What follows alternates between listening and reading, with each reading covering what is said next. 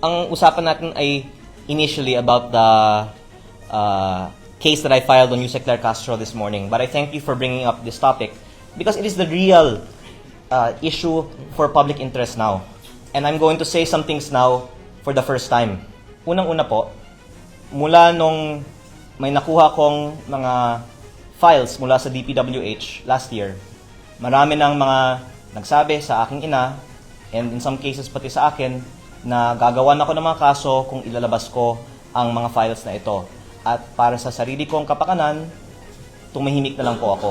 Pero, not least because of exemplary role models like Senate President Pro Tempore Ping Lacson, tuloy po tayong nagsasalita at naglalabas ng impormasyon tungkol dito. Ngayon, ang alam ng publiko tungkol sa files sa DPWH at tungkol sa mga DPWH projects ay tip of the iceberg po lamang. The public only knows the tip of the iceberg in terms of the projects currently being investigated by the DPWH. But I hope that the Blue Ribbon Committee hearing led by Senate President Pro Tempore Ping Lacson will increase the public's knowledge of what are really behind these files. And I defer to Senate President Pro Tempore Ping Lacson on doing so because I greatly appreciate also his and even Congress's statement that they will subpoena the Cabral files from the DPWH. And hopefully by doing this in the Blue Ribbon Committee hearing, finally malalaman na ng publiko ano po ang laman nito. Pero tinanong niyo po, bakit ako maaring hindi makarating sa Blue Ribbon Committee hearing kahit na ako po ay nakatanggap na ng imbitasyon? Dahil marami nga pong nagsasabi na huwag kang magsalita at baka kung ano pang mangyari sa iyo.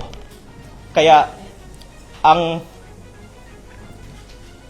mga files na hawak ko ay nasa mga USB. At kung may mangyari man sa akin, lalabas ang buong files na hawak ko. Kaya makakaasa po ang publiko na malalaman nila ang katotohanan patungkol sa budget ng DPWH at sa mga proyekto ng DPWH kahit may mangyari sa akin.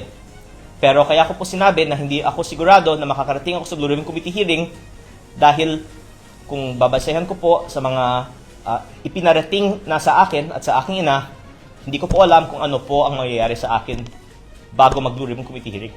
Opo, sir, hindi naman po ibig sabihin that you need to seek permission from the House leadership or the Speaker? Hindi po. Basta ako po ay may imbitasyon. Basta ako po ay hindi patahimikin, nais ko pong dumalo sa Blue Ribbon Committee hearing. Sir, can you please clarify the information that you are still the Vice Chair of the Board of Solar Philippines? Ako po ay may-ari ng Solar Philippines.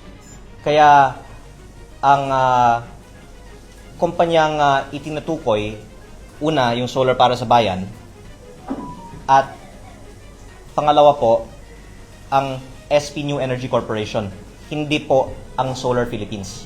Ang Solar Philippines Power Project Holdings Inc., ang holding company ng mga shares ko sa mga ibang kumpanya, kabilang ang minority interest ko sa SP New Energy Corporation.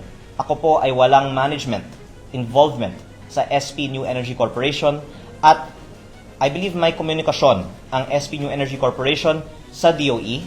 Ako po ay hindi nakakatanggap ng mga komunikasyon na ito. So, hindi po kayo involved dun sa day-to-day operations ng Solar Philippines? Opo, pero by the way, ako po ay may SALN. Nakalagay po ang shareholdings ko. At ang SP New Energy Corporation din naman po ay publicly listed company sa Philippine Stock Exchange. Kaya, consistent with our advocacy for transparency, nilalabas naman po natin ang aking mga ownership interests sa mga kumpanyang ito. Hindi po ito controlling interest sa SPNEC. At ako din po ay nag-iingat na umiwas sa mga usapan na makaka-involve sa companies that I have interest in.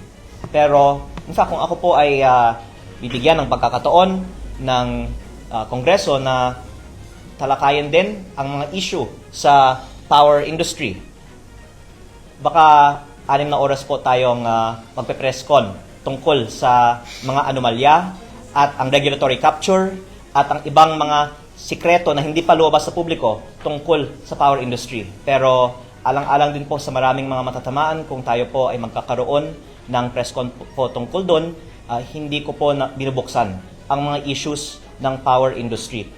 Ito po ay aking sagot lang sa iniiwasan ko nga na talakayin ang mga sektor na may connection sa mga kumpanya na ako po ay may shares in. Sir, last na lang po. Can you give us a timeline ng request niyo for a meeting with Senator Lacson? Like, on this day, kinausap niyo yung mom niyo and then your mom talked to Senator Lacson, etc. Plus yung reports daw that you cried to your mom. Okay. Unang-una po, ang sinabi naman po ni Senting ay nag-usap siya sa aking ina. So, hindi naman po ako yung nag-usap in that instance directly kay Senting. At hindi po totoo na umiyak ako sa aking ina. Baka mas totoo po na ang aking ina yung umiyak. Pero ang sinabi naman po ni Senting sa kanyang press briefing ng isang araw ay ako po ay dumadaing sa aking ina kung bakit ako ang inaatake kung si Senting din po ay may marami naman din binubunyag. At unang-una dahil si Senting kasi naman ay very senior and highly respected member of the Senate at very well-prepared siya sa kanyang mga binubunyag. Yung unang nabanggit ni Senting ay ang karamihan ng mga miyembro ng 19th Congress ay may mga insertion. Nung nabanggit niya yun, maraming mga nagalit, pero yun ay totoo. Kaya saludo po ako sa kanya, kahit po maraming mga natamaan, sinabi niya ang totoo. Tapos nabanggit din niya na at least 5 cabinet secretaries and even some undersecretaries have allocables.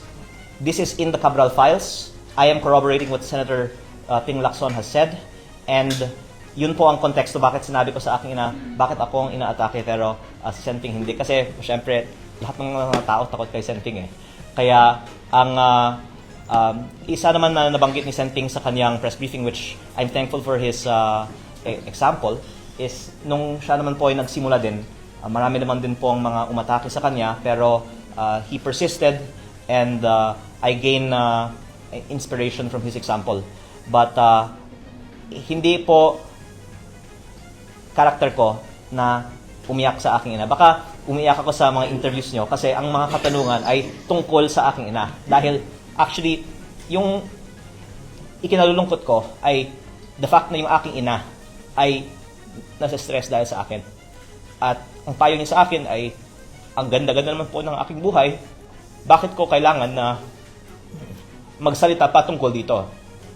Alam nyo, kabaliktaran nga ang sinasabi ni Yusek Claire Castro na gumawa ako ng pera sa mga transaksyon sa gobyerno. Yung ginagawa ko ngayon ay wala akong financial benefit. Malaki ang nawawalan sa akin financially dahil dito. Pero ang sana nakikita ng publiko, ang importante sa akin ay hindi ang sarili kong kapakanan o financial interest, kung hindi ang paglalabas ng katotohanan. Pero ang dahilan po na nalulungkot ako ay dahil maraming kumakausap sa aking ina at nasa-stress siya at pinapayuhan niya ako na tumahimik na lang. Pero dahil sa aking conviction na dapat lumabas ang katotohanan, pinagpapatuloy ko pa ito, pero sana wag na pong ma-stress ang aking ina. So sir, sinabi mo kanina na baka mas totoo na yung aking ina ang umiyak. So, did she write to Senator Lacson or pag kayo nag-uusap? Hindi siguro kasi I think text naman sila nag-communicate eh. Pero pag kayo nag-uusap, sir, umiiyak siya sa'yo? Hindi naman ko masasabi yan. Pero basta yung nanay ko yung mas naaapektuhan kaysa sa akin. Kasi ako po ay, nabanggit ko naman din sa ibang interview, mahirap na kalaban dahil binenta ko ang aking kumpanya, kaya wala akong kailangang proteksyonan, wala po akong asawa o anak, at wala akong kailangan na pera galing sa gobyerno Ang gusto ko lang po ay ilabas ang katotohanan at kung aatakihin ako, lalo kong ilalabas ang katotohanan. Sir, how do Pero ang aking ina naman, bilang ina, ay syempre, concerned sa kanyang anak. Sir, how do you take yung advice ni Senator Lacson na huwag bara-bara? Ako po ay nagpapasalamat sa payo ni Senator Lacson at I will actually follow that kasi ilang araw naman hindi ako nagpa-interview eh. Pero problema, kinakontak niyo ako para magpa-interview. Kaya nandito tayo ngayon. Di ba? Pero, para malinaw ha, ang media yung nangungulit sa akin. Pero hindi ko nga pinagbibigyan ng ilang araw. Pero ngayon, may interview tayo. As I'm speaking with you right now, the reason why Attorney Tobashi told me to look at my phone is there are really threats to me right now. Dahil baka noon hindi alam ng iba ang ibang hawak ko maliban sa Cabral Files. Ang lumabas na sa media ay tip of the iceberg ko lamang. At kung ilabas ko lahat ng mga files na hawak ko, maiintindihan ng taong bayan bakit higit pa sa lahat ng ibang mga target, ako ang pangunahing target ng iba't ibang mga personalidad sa nakaraang mga araw at linggo. At the more na inaatake ako, the more na nakikita ng taong bayan na tila may dahilan na nais ng iba na patahimikin ako, at ako naman po ay nakikinig sa payo ni Senator Ping Lacson na wag bara-bara, kaya yung mga hawak kong ebidensya, higit pa sa Cabral Files, ay hindi ko inilalabas. Pero ang taong bayan na mismo ang pwedeng makakita na tila may dahilan na napakaraming mga personalidad ay umaatake sa akin. Kung ako naman po ay walang hawak na damaging evidence, siguro marami naman pong ibang atakehin nila na lang. O maraming ibang mga talakayin nila na lang. Pero ang dahilan na ang daming mga umaatake sa akin ay sa kadahilanan na ang hawak kong ebidensya ay higit pa sa Cabral Files, at kung ilalabas ko ito, malaki ang magiging consequences nito para sa ating bansa.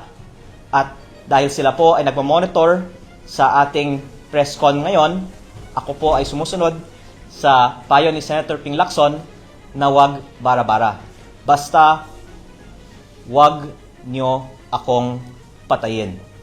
Dahil kung papatayin nyo ako, lalabas ang buong katotohanan ng mga ginawa ninyo sa DPWH.